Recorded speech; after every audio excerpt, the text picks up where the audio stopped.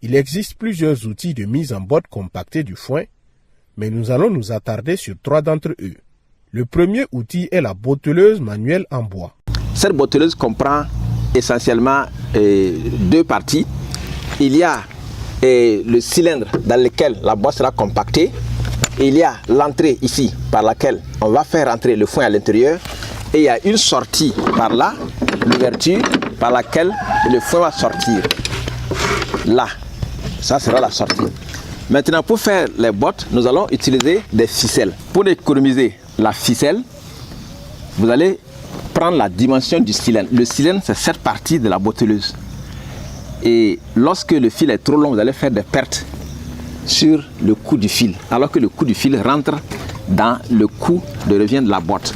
Donc, je fais le tour du cylindre et je coupe mon fil à ce niveau pour être sûr qu'effectivement, cela va pouvoir suffire pour attacher la boîte sans trop déborder, parce que lorsque ça déborde, 10 cm, 10 cm, 1000 boîtes, ça vous fera 100 mètres et vous allez perdre beaucoup d'argent. Donc nous allons détacher les fils là en 2 pour toujours économiser, parce qu'une seule ficelle suffit pour le poids de la boîte. Et l'autre élément, pour faciliter, lorsque nous allons attacher, nous allons faire des nœuds coulants à chaque bout.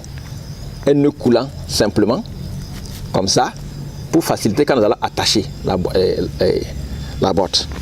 Là également, je fais un nœud coulant pour faciliter quand je vais vouloir attacher. Pour la première botte, le début du travail, vous allez mettre les ficelles là, au niveau des fentes. Il y a des fentes latérales sur la botteleuse. 2 fentes latérales, une fente latérale en bas et une fente latérale en haut. Et c'est là que je mets un des fils dans la fente latérale, ici, là, et je mets le deuxième dans la fente latérale au-dessus. Au-dessus. Ça, c'est pour la première botte. Parce que pour les suivantes, ce sera les bottes suivantes qui vont venir faire sortir les précédentes. Et lorsque j'ai mis les fils, je ferme le couvercle. Le couvercle est fermé et condamné parce qu'il y a une manette pour fermer cela. Et je me rassure que mes ficelles effectivement sont bien équilibrées avant de les laisser. Et ensuite, nous allons mettre le foin au niveau de l'entrée. C'est là l'entrée. Et avec le piston, nous allons chaque fois pousser jusqu'à ce que le cylindre soit plein. Et lorsqu'il sera plein, nous allons effectivement attacher les ficelles que nous allons vous montrer en détail avant de continuer à mettre encore du foin. C'est la seconde botte qui va pousser la première botte à sortir. Quand c'est plein ici, on ne peut pas tirer sortir, on ne peut pas ouvrir la botteleuse. C'est une autre botte qui fera sortir celle qui était faite avant. La botteleuse ainsi appareillée pour le compactage, il faut procéder à l'enfouissement du foin dans le cylindre. Enfouir le foin et compacter, c'est un exercice qu'il faut répéter à plusieurs reprises pour obtenir de bonnes bottes de foin.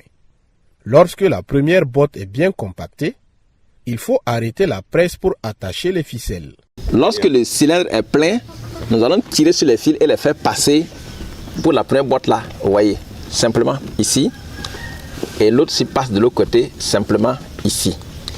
Et l'autre côté, nous allons passer effectivement dans le même système et nous allons venir passer les fils par dessus la botte et qui passe au niveau de l'entrée pour revenir par là pour la première botte. Et nous allons sortir celle qui est en bas également dans le même ordre par la fente du bas et elle se retrouve également de ce côté. Et lorsque nous avons fini de sortir ces fils, ce que nous allons faire, on va presser la botte. Presser. On va presser au maximum, bloquer, et on va tirer les fils au maximum. On tire les fils au maximum avant d'attacher. Voilà. Donc, comme j'avais déjà fait des nœuds coulants, je passe le fil dans le nœud coulant et ça me permet d'attacher facilement. Je tire très bien de chaque côté pour me rassurer que mon nœud coulant a pris. Et je procède au blocage de la ficelle. Là, terminé. On peut doubler si l'on veut, mais ce qui est sûr, ça ne peut plus partir. Pour le bas, c'est la même chose. Je me rassure que ça a bien pris. Voici, bien bloqué. Je passe le fil dans le nœud coulant et je tire. Je tire, soulève un peu. Voilà, c'est bon. Voilà. Pour que vous voyez très bien. Vous voyez, dans le nœud coulant, vous voyez, ça a pris. Je tire bien là-dessus. C'est arrivé à terme. Et je bloque.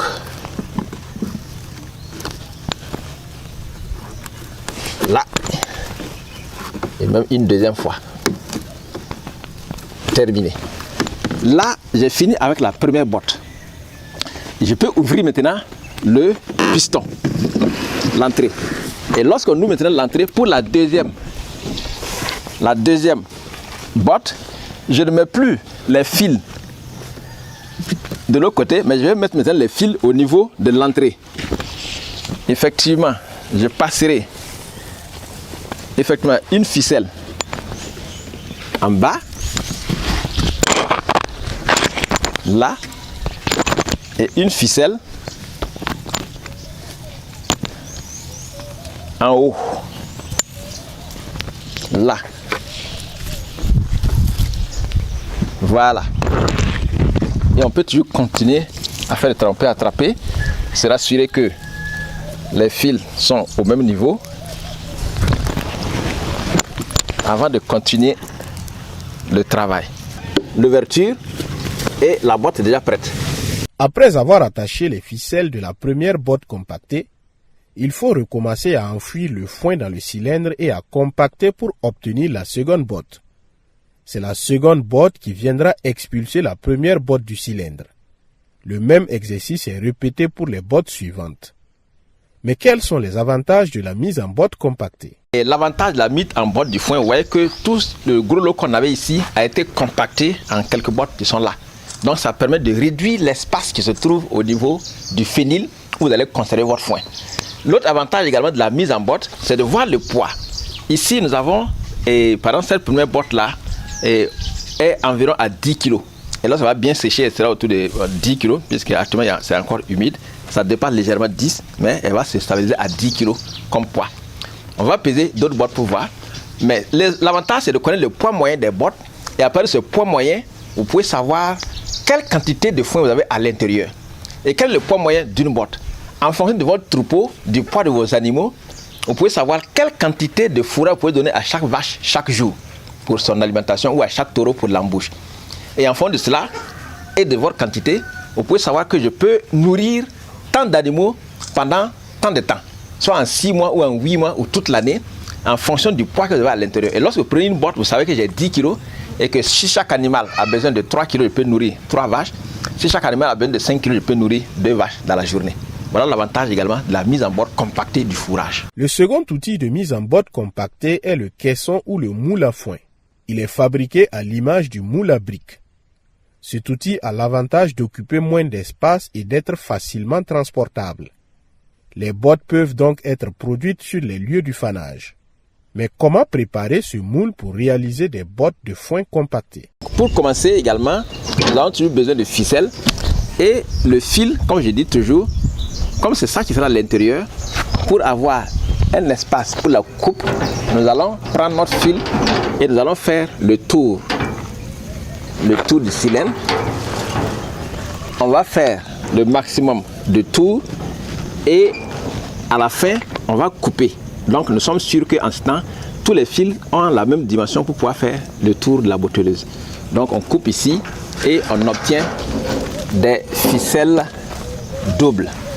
Et ces ficelles doubles, comme je l'ai dit également, nous allons les détacher pour pouvoir économiser non seulement du fil, mais aussi réduire l'impact des des déchets sur l'environnement. Donc on se retrouve effectivement avec des fils individuels que nous allons utiliser, donc 3 pour cette botteleuse. Donc le principe est simple, la botteleuse, moule à foin est posée à terre, nous allons passer un fil à l'intérieur, là, à ce niveau, il y a des crochets qui sont là, un fil est passé là, il sera posé au milieu. Nous allons passer un deuxième là, à l'intérieur, là où on a mis les crochets, effectivement. Et pour renforcer, effectivement, la solidité de notre botte, pour que ça ne se détache pas, nous allons passer également un troisième en transverse. Troisième fil transversal. Une fois les ficelles bien positionnées, il faut remplir le moule de foin. Le producteur doit régulièrement monter sur le foin tassé dans le moule pour qu'il soit bien compacté. Remplir le moule, monter là-dessus, c'est l'exercice qu'il faut répéter à plusieurs reprises avec le moule à foin pour obtenir des bottes de foin compactées. Dès que le foin est bien compacté, soit on fait sortir la botte en tirant sur les ficelles, soit on ouvre le moule pour libérer la botte avant de le refermer et ensuite le préparer pour produire la botte suivante. La troisième méthode est celle du moule en fosse. Adapté pour les producteurs à faible revenu, ce moule peut être construit en profondeur ou en hauteur avec des dimensions variées. Pour cette méthode, les ficelles doivent être attachées à des bois qui sont fixés sur les bordures de la fosse. Les bois fixés permettent d'immobiliser les ficelles pendant le compactage. Mais comment compacter du foin dans une fosse? Pour ce moule en fosse, nous avons une largeur de 50 cm, la longueur fait 70 cm et la profondeur 40 cm. Comme notre moule en fosse n'est pas crépi, on a décidé de mettre un sac à l'intérieur pour ne pas salir la botte qui va y sortir. Après avoir placé le sac, on met une corde solide qui va faciliter l'extraction de la botte. Après ça, maintenant, on place les ficelles qui vont servir à attacher la botte. On place la première ficelle dans le sens de la longueur et les deux autres dans le sens de la largeur, de sorte à diviser la longueur en 3 parties. Une fois que le dispositif est en place, il faut enfouir le foin et le compacter jusqu'à obtenir une botte homogène. Le producteur devra marcher à plusieurs reprises sur le foin pour le tasser au maximum. Une fois que la botte est compacte, on tire sur la corde d'extraction qui est accrochée à un piquet à l'une des extrémités de la longueur de la fosse. Après la production et la pesée des bottes de foin, il faut les transporter dans un fénil. Nous sommes ici dans le fénil, c'est ça que nous appelons un fénil, c'est le magasin de foin ou encore grange à foin, c'est ça que nous appelons le fénil. Chacun peut construire son fénil selon ses capacités et ses moyens. Donc le fénil peut être en matériau définitif, comme il peut être en banco, comme il peut être en paille, selon ses capacités et ses moyens, comme je le dis.